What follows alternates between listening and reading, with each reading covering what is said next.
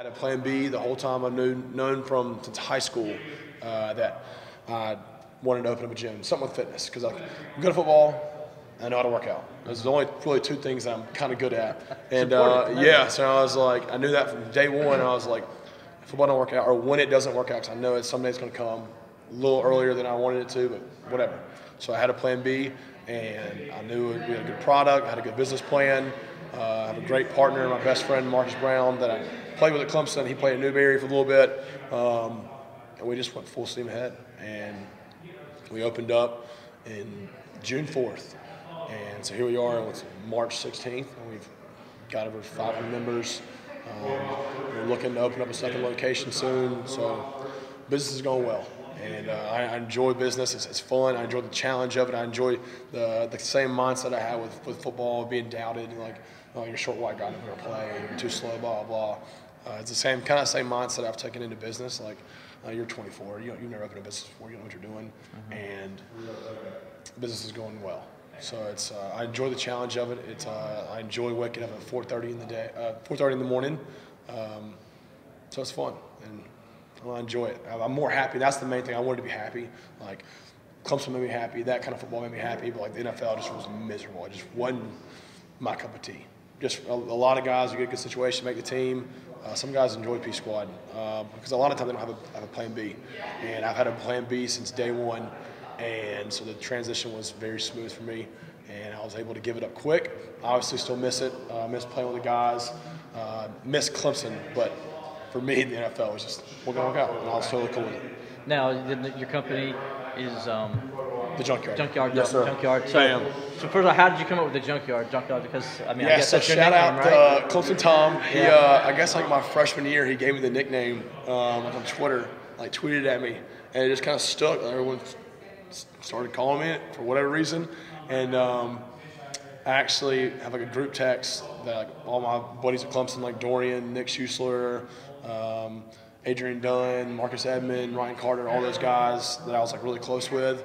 And once we first started thinking of the idea for the gym, I'm like, hey, this is what we're doing. This is like the concept. You know, have any good name suggestions? And I think Dorian O'Daniel is actually the one that came up with the name. So it was called the Junkyard. And I just thought it was kind of cool because the building we have now is like super old and rustic. It's a brick building. Right. And I like the whole like modern rustic vibe. So it's like old and brick, but it's like super sleek and very clean and modern there. And so like with the brick, it just kind of looks like a junkyard, but it's very far from a junkyard. It's super nice. But I just think it was a good name.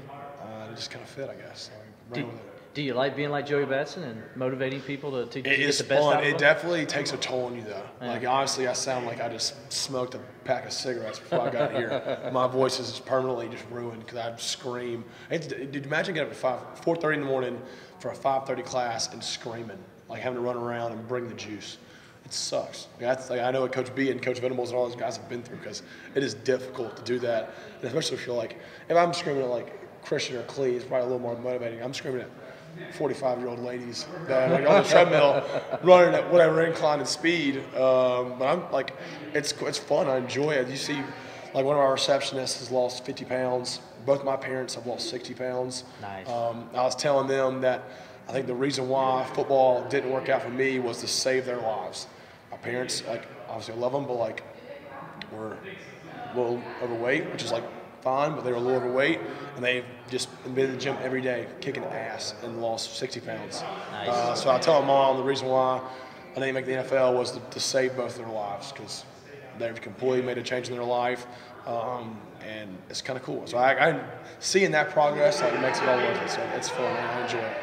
You sound happy. You sound No, like, it's cool. Like, you know, like if you think of it that way, like, hey, if I was in the NFL, my parents would not. They were not going to the gym. Like, my dad was working. I'll get up at 4:30 in the morning, get home at 7 from owning his own business.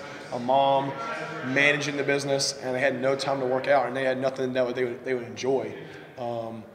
So when I got cut, thought of the idea. They enjoy the group training stuff. It's fun.